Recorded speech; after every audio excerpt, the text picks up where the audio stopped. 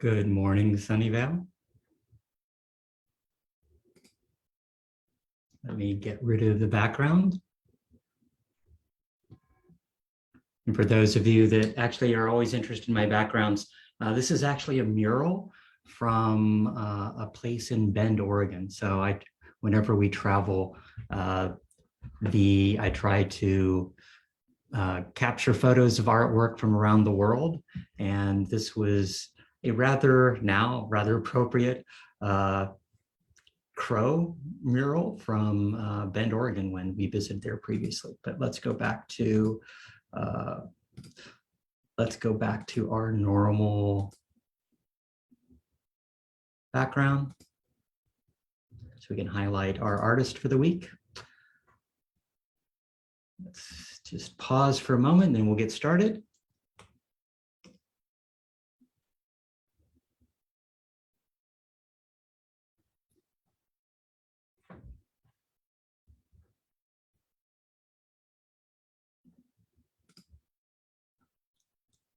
Good morning, everyone.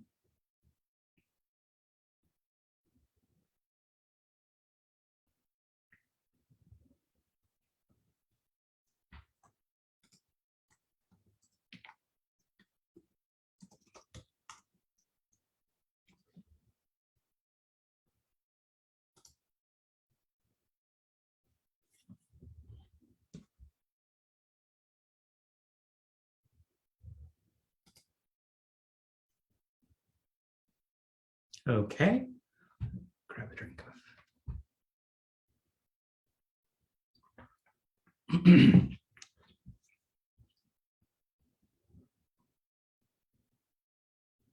Okay, good morning, everyone.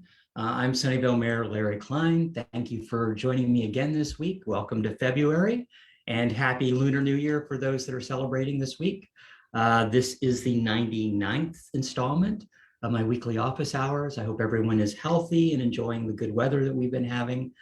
We've now reached 690 days since the March 16th, 2020 county health order started the shelter in place in an attempt to slow the spread of COVID-19. Almost 2 years ago, I converted my weekly coffee shop hours, office hours into this weekly live stream address and haven't missed a week since. Of course, now I'm always following up this live stream address with an in-person session at Being Seen on Murphy Avenue. So if you want to meet, you can drop by, ask a question or have a comment or set up. The best thing is to reserve 15 minutes, 30 minutes, contact me via email, via chat to set up a time where we can sit down and talk about what your issues are, what ideas you might have for Sunnyvale. People really say they enjoy hearing from their mayor each week. As I get to provide you some updates and some news of what's happening in our city, state, across the nation, but also answer some of your questions. And usually those questions are common between multiple people. And then, of course, just pass on some general words of encouragement. So, I'm always happy to basically talk to our residents, but also, this session really allows me to reach more people and allows me to, tell you all the good things that's happening in our city. So thank you for allowing me to represent you and work for Sunnyvale. About eight months ago, I began changing my background art every week with art provided by artists from the Sunnyvale Art Club. Today's piece is called Little One, if you can see what that is. It's a watercolor of an elephant, but it's by Melissa Medina, which we've seen before here. And if you want to purchase that piece, of course, just reach out to me and, I can put you in contact with the artist. So let's go ahead and get started. Let's talk about what's happened at the federal, state, county, and city level over the last 2 weeks. Last Monday at dusk, we met multiple news crews at Plaza del Sol that they were there to see the crows land and see basically our parks staff deal with harassing the crows with the laser pointer. Ultimately, it was a non-event.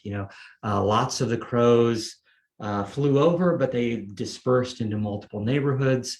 Because the previous week, and it had only been about 3 evenings prior to that staff started using the effigies and the green laser pointer, and it made a big difference that the crows had already dispersed quite a bit. And so ultimately the news agencies didn't really have that much to talk about.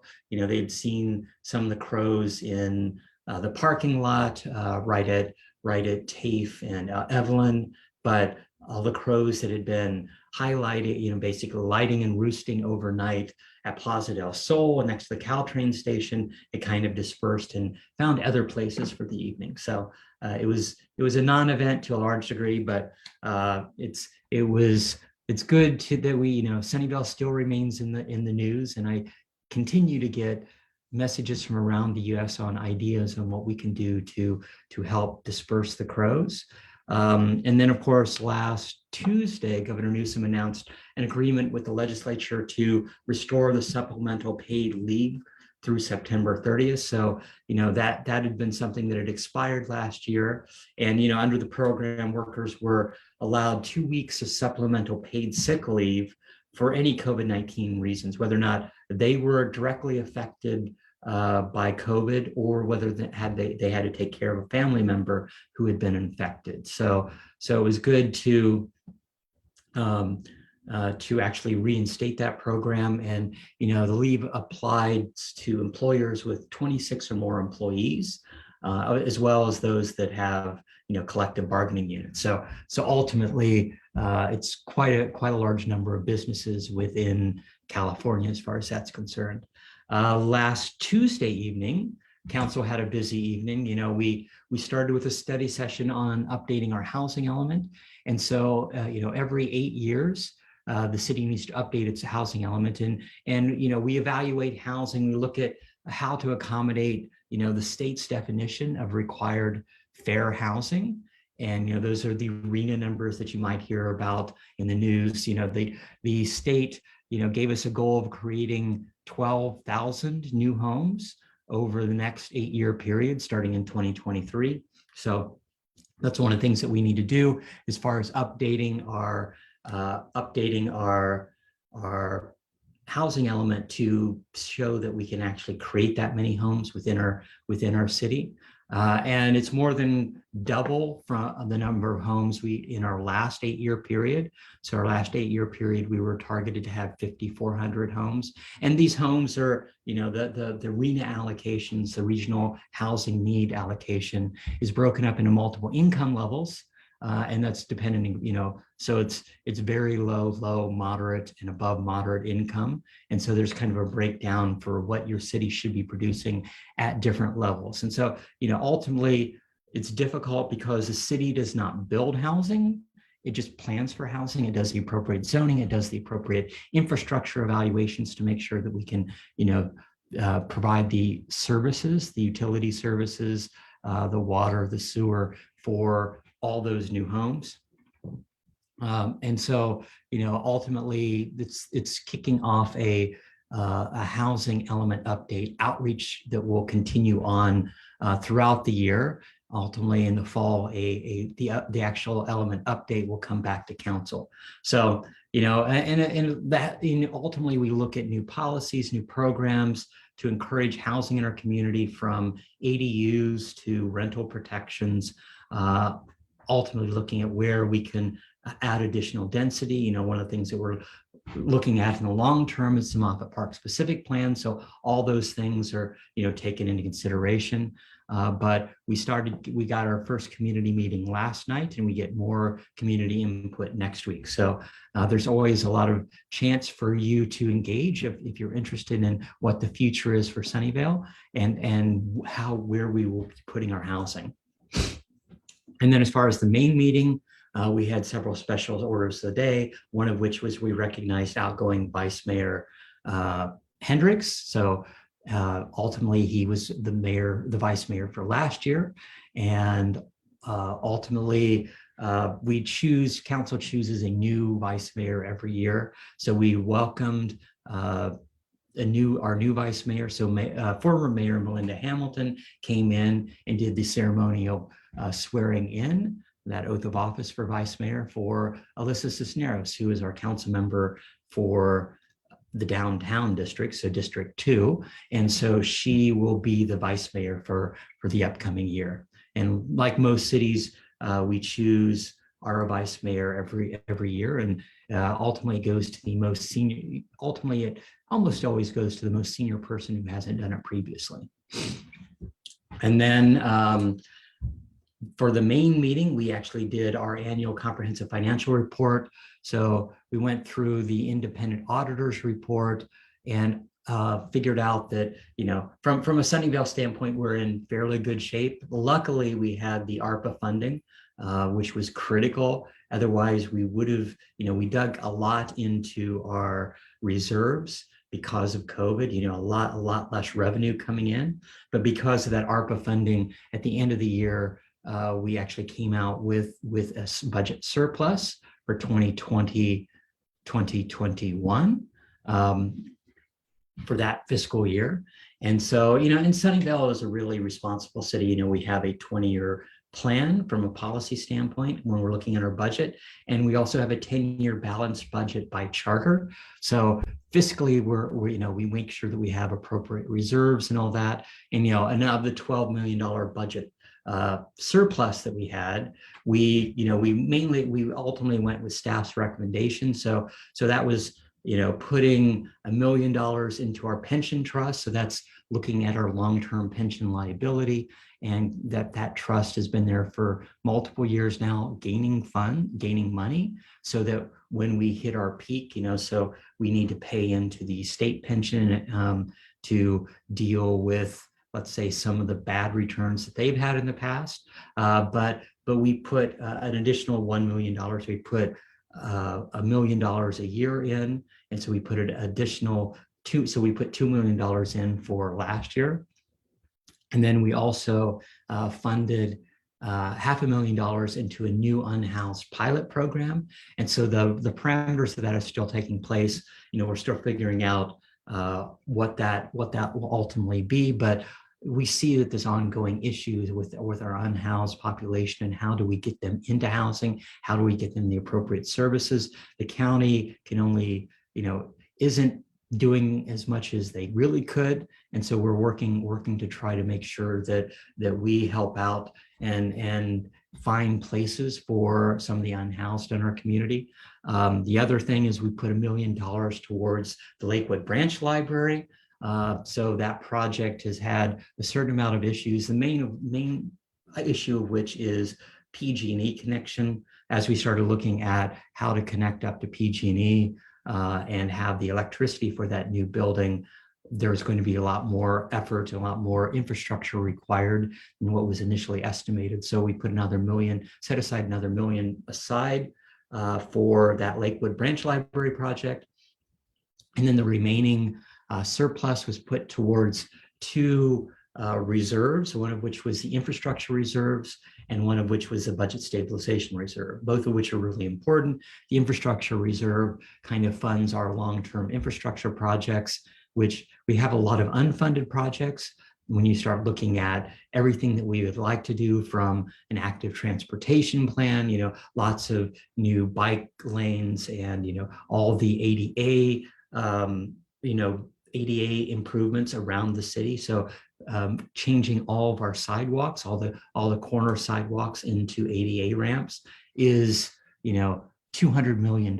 So there's lots of big and small projects that need to get funded. And so making sure you have appropriate reserves to fund that. And also, we're, from the economic evaluation, we conceivably might be moving into some sort of recession or depression. You're always worried about that from a city, and if our income starts dropping, mainly property tax is usually our most stable thing, but sales tax, transportation occupancy tax, other taxes that we have coming in, if those drop off, then we need to look at what we can do pulling in the budget stabilization fund. We were one of, from a city standpoint, when we had COVID, we decided not to lay off anybody, not to, not to do any layoffs, not to do any rollbacks for wage increases like some cities did. We ended up freezing open positions, but kind of keeping services as stable as possible within the city and dealing with, making sure that we have appropriate reserves and from taking a conservative look at how to make sure you have a well-run city. So I was happy to see that, we had a surplus that we could apply from a surplus from last year that we could apply to this year and in new programs. But also it shows that, it's always better to be a little conservative as opposed to some cities, which I hear just from their declared budget, they're millions of dollars in debt. And so it's not, getting into the red isn't good for a city in any way.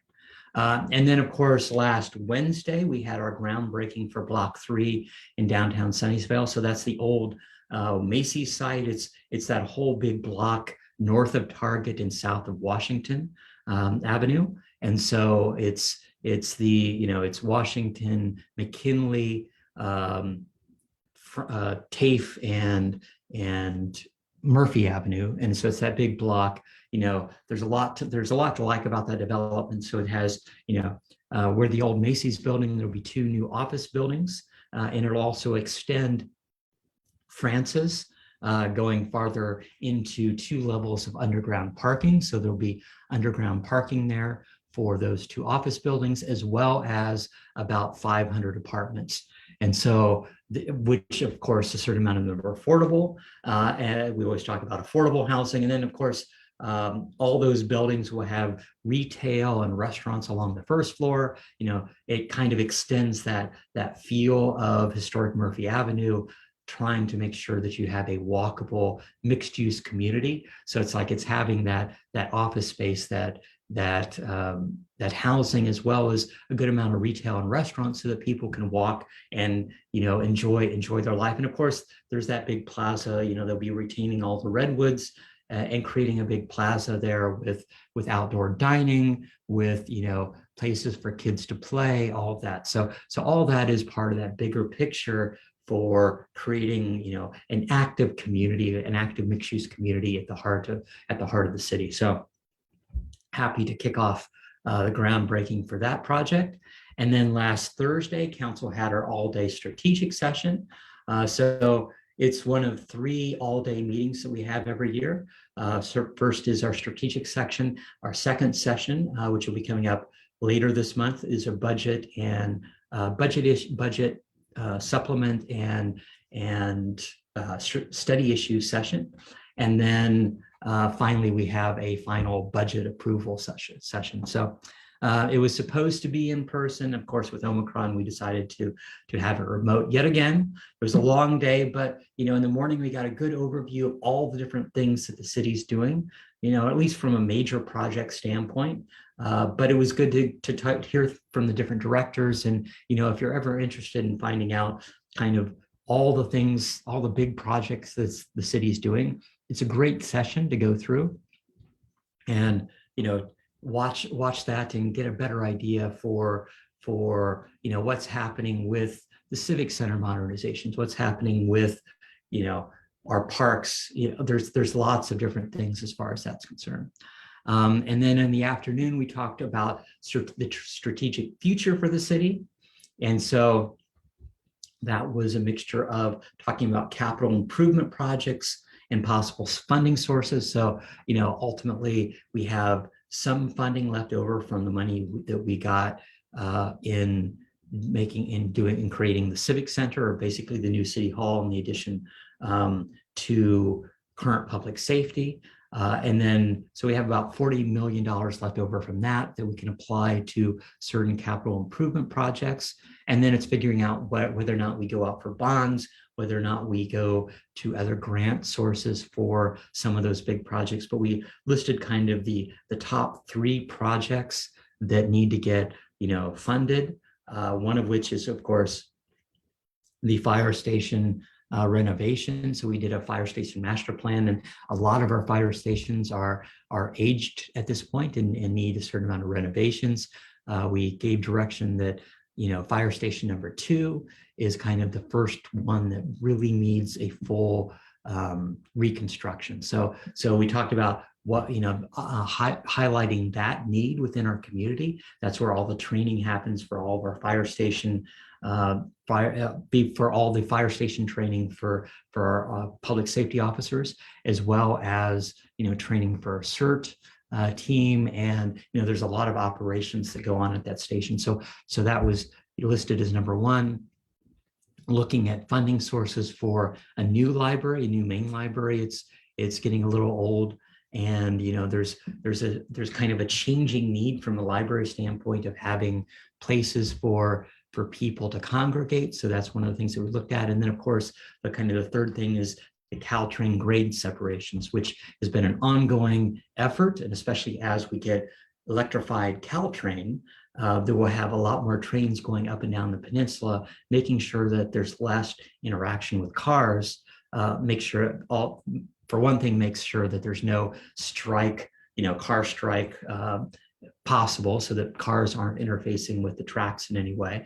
But it also, reduces the amount of horns. And I hear lots of complaints about horns from people downtown. There's, federal regulations on how often the trains need to honk their horns as they're going through different whenever they're crossing tracks where autos are. So from that standpoint, it's always it's a regulated sort of thing. It's like, well, what can we do to make it quieter? Well, the best thing that we can do is get rid of the grade separations, because then they really don't need to honk their horns continuously. They need to do a certain amount as they're going through the stations, but that's about it. And then we talked a lot about the long-term success for the city. We discussed, service levels and what the appropriate number of city staff are as our population continues to increase, and as we try to figure out what the appropriate service levels are, what programs we need. So it was a very busy day, very tiresome day. We've had a lot of meetings over the last week or two. From a council standpoint, it'll be good to see things start to go back to normal come March. So, but this month is, January, February is very busy, especially with some additional special meetings that we've had to add. And then last Sunday, of course, was the AFC and NFC conference championship games. So I know a lot of people were out rooting for their teams. It was, sad news that the 49ers weren't able to win their game, so it's like they lost Sunday afternoon.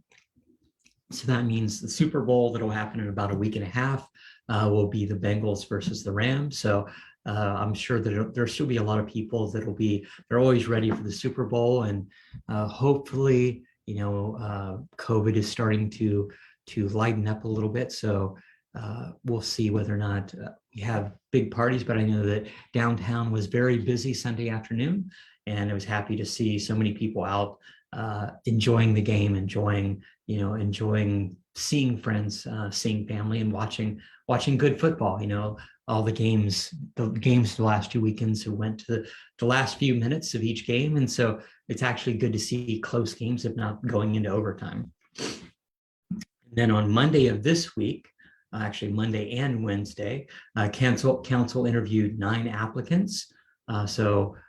For the first night, 5 the second night, to fill Mason Fong's empty position. So we went through, it was actually a good mix of applicants as far as that's concerned. And we had a lot of good discussion. Council asked each of the applicants different questions based upon their background, based upon their experience, based upon how they had answered their application. But I was actually very impressed from that standpoint that we had a good mix of applicants showing wanting to give back to their community. And, we'll only be able to choose one.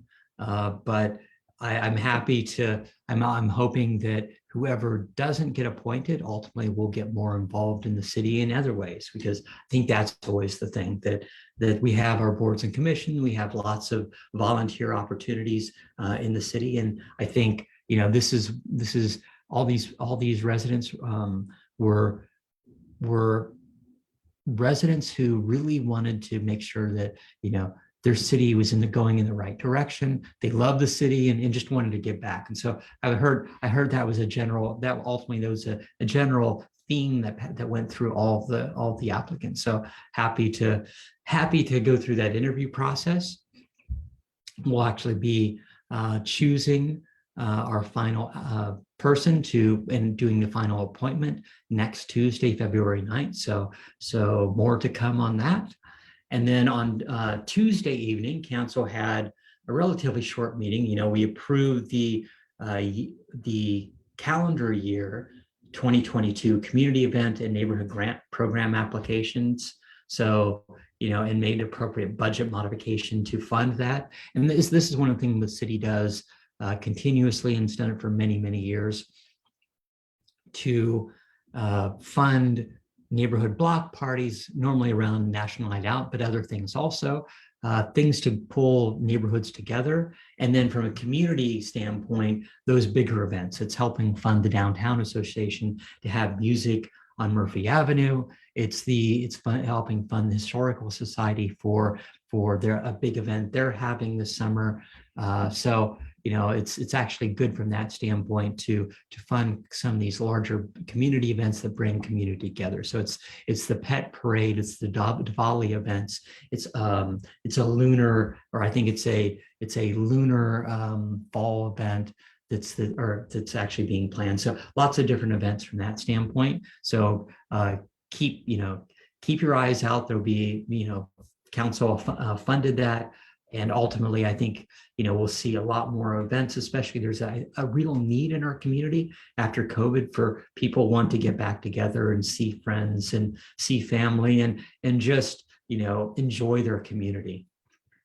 And then lastly, we ended up choosing the public art for at least one of several pieces of public art for the Civic Center Amphitheater. And so the Civic Center Amphitheater is going where the current City Hall annex is. So by the end of this year, we'll have finished construction of the new City Hall and the annex onto the public safety building. But one of the things after that, we will tear down the old City Hall, tear down the annex, and where the annex is, there will be an amphitheater there.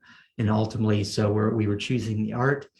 We had, five great submissions. We ended up going with the Art Commission recommendation for the main piece of art. But I think all the other four were very good, especially I think, definitely one of them was very iconic, and we might be able to get that elsewhere in the project, but happy that we set aside a certain amount of financing. So we follow the same thing that we do for all the office buildings that are being built, that any project that we build, we set aside a certain percentage towards art. And this is part of that art. So it'll be art in the main entrance of the building, inside of City Hall, art at the amphitheater, and several locations of art around the new City Hall. Let's go ahead and get to our COVID numbers for the week. The surge seems to have peaked, and the numbers are starting to trend downward across the US. From a national standpoint, we've now reached 75.6 million cases. We've increased by 3.2 million just in the last week, but that's down from 4.5 the week before and over 5 million the week before that. So we're seeing a steady downturn as far as that's concerned. Nationally, we've had 250 million vaccinated with at least one dose. That's about 75% of those 5 years age and older, and that's about 87% of adults. So it's looking pretty good from that standpoint. 74% of adults are fully vaccinated. And as far as deaths, the U.S. has passed 892,000 deaths of people with COVID, another 19,000 in the last week. So we'll be passing the 900,000 death number sometime in the next week, just from looking at what our statistics are. From a California standpoint, we are also trending down as far as cases. We've now had a total of 7.9 million cases. We've had just, let's see, about 800,000 just in the last week. We've dropped to about 64,000 cases, new cases a day. So, but it's still 64,000. It's at least down from 86,000 a day a week ago, and it keeps dropping every week. We're finally down to about 13% positivity for all the test cases. We're up at around 20% for the last few weeks. So we're seeing that trend downward also. So for those that are getting tested, not as many are showing positive, or not showing positive for COVID. And then we've also had, our fatality number keeps going up. We've had another 1,200 deaths in the last week. So we're now at 79,000. But on a positive note, we've had almost 70 million vaccines administered. Now they're under 800,000 in the last week. So all that is looking good as far as that's concerned. The county is doing well. We've had, we keep getting people vaccinated. About 93.4% of those 18 and older are fully vaccinated. So that's the best in the nation for a county our size. Over 65% of those that are eligible for the booster have already received it. So almost 2/3 of those that are eligible for a booster have gotten their booster. So it's really fantastic from that standpoint that they're out there, and people are getting their vaccination shot, getting their booster. We're still having people die. We've had 25 additional deaths in the last week from COVID. But we're in our cumulative count for cases is trending downward. We had about 15,000 additional in the last week. That's down from 25,000 a week ago. So from week to week, it's actually looking a lot better. But we've had about 287,000 people that have tested positive of COVID in the county. And as far as the county, I continue to do a lot of advocating on our city's behalf, talking to the county health, talking to our supervisors, as far as testing is concerned. The county continues to do pop-up testing at the Sunnyvale Community Center on the first and third Thursday of the month. They were here yesterday, and they'll be back on the 17th. And so they're here from 9:30 a.m. to 4 p.m. All you need to do is go to Sunnyvale, SCCfreetest.org, and a week ahead of that date. So a week before the Thursday date, you can go online and get your appointment. And the appointments fill up relatively quickly. There were definitely appointments left over yesterday, so we weren't completely full, but you can but all the different sites around the county that you can get tested at, they're available at that SCCfreetest.org site. And then if you need to get vaccinated, if you need to get boosted, you can just go to SCCfreevax.org and see all the different locations as far as that's concerned around the county where you can get your vaccination shot. Let's go ahead and get to some upcoming events on Sunday with grand fanfare. Target will reopen. It's been a long time coming, but we're going to have a short ceremony just before 8 a.m. to celebrate their reopening after 5 months. So I know a lot of people are happy about Target's reopening. And then, of course, next Wednesday, in the evening, we'll have another housing element workshop. And so this is getting initial feedback from residents on on their feel for the housing element, and educate people about what that process is going to be. Our first meeting happened last night, and it's a good overview of what we're undertaking and what kind of feedback we're looking for from our residents. The Friends of the Sunnyvale Library book sale is happening next weekend, so February 12th and 13th. I know a lot of people missed they had to cancel the one that was planned for January. So you can always look forward to that. Our redistricting commission continues to meet. Their next meeting is February 10th at 6 p.m. So if you want to give your feedback, they've narrowed it down on certain maps. And so you can go to sunnyvale.ca.gov/redistricting if you want to hear more information about our redistricting effort. And then as far as council meetings, our next council meeting on Tuesday, we will be appointing someone to fill the empty seat on council. So in a special meeting, and then on next Thursday, or actually the following Tuesday, February 15th, we will be swearing in our new council member. So that'll happen. And then on Thursday, February 17th, council will have its second all-day meeting of the year. So this will be the study issues and budget proposals workshop. So this is, where we kind of go through and rank all the study issues that people have proposed, whether or not it's council or our boards and commissions.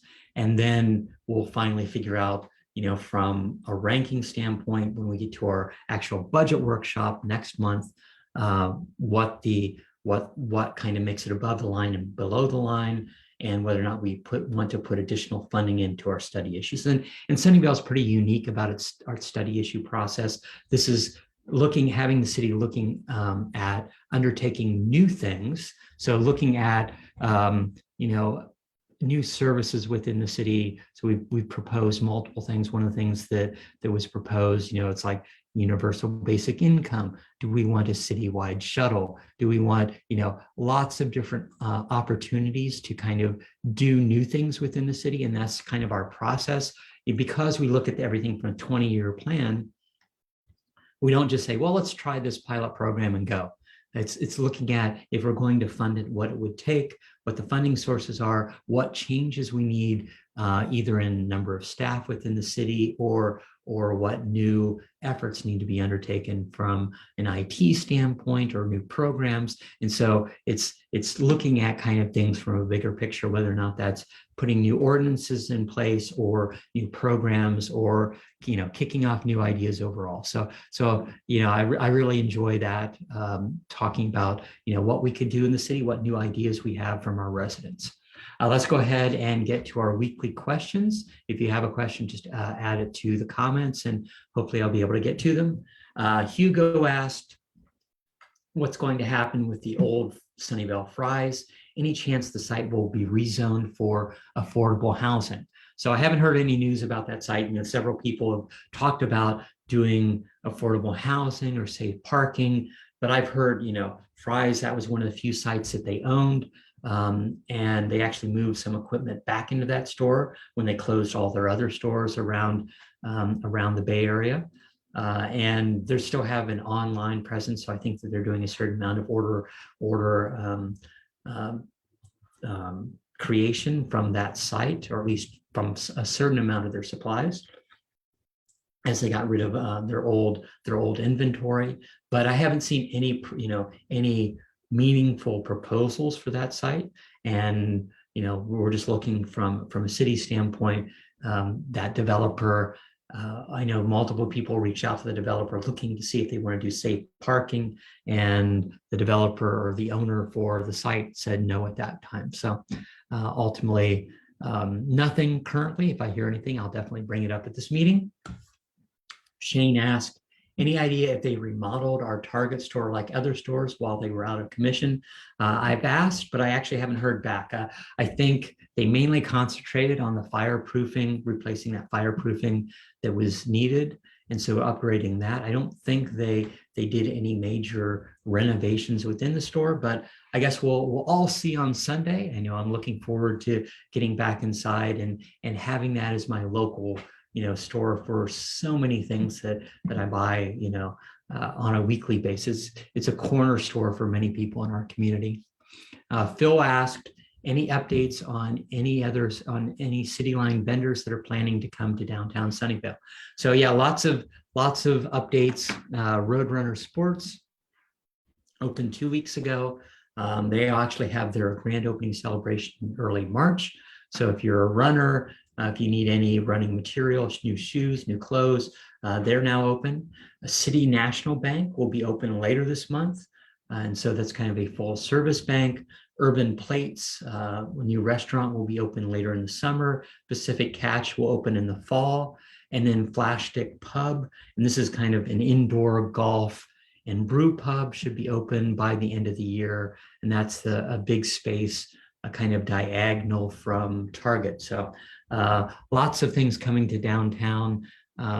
Ideal Image, which is kind of personal aesthetic and wellness services. They should be open sometime in the fall also. So lots of things going on. The City Line developers are working to redo all the storefronts so that as new people sign their leases, they can just start immediately working on the interior and kind of finishing those up. So lots of things going on as far as that's concerned. You asked, are there any internship programs for current local high school students in Sunnyvale? So Sunnyvale has a limited summer internship program in our environmental services area. I think most of those are for college students, but those positions normally are posted in the spring. So keep watching on the Sunnyvale website as far as that's concerned. Cynthia asked, is there a tactful way of asking pet owners to make sure that their pets are on leashes and clean up after your pets and dispose of the waste in their own garbage cans? So yes, I've heard similar concerns from multiple people. You're completely right. Sunnyvale City Code says that dogs need to be on leash. Although we are continue to looking at a possible off-leash pilot program with within the city. I know multiple cities around us have implemented an off-leash program. So that's one of the study issues that didn't get funded last year. And then as far as cleanup, responsible pet owners should have poo bags with them as they take their pets on a walk and dispose of that mess correctly. So I'm a dog owner and go for a daily run with our dog Buddy, but I always have several poo bags in my pocket just in case he has to stop and do his business. So yes, that's definitely a good reminder for everybody. And I do see a lot of the complaints on Nextdoor, people that aren't good pet owners, and and that creates that echo chamber of Nextdoor to some degree. Tim asked, what is happening with the Macy's parking lot? City Line is kind of fenced off about the southern half of that parking lot. And that's mainly a staging area for Block 3 construction. So that continues. And it's better to have dedicated parking for those construction crews. That's moving forward as they start, starting to work on the actual Block 3 efforts that we talked about previously.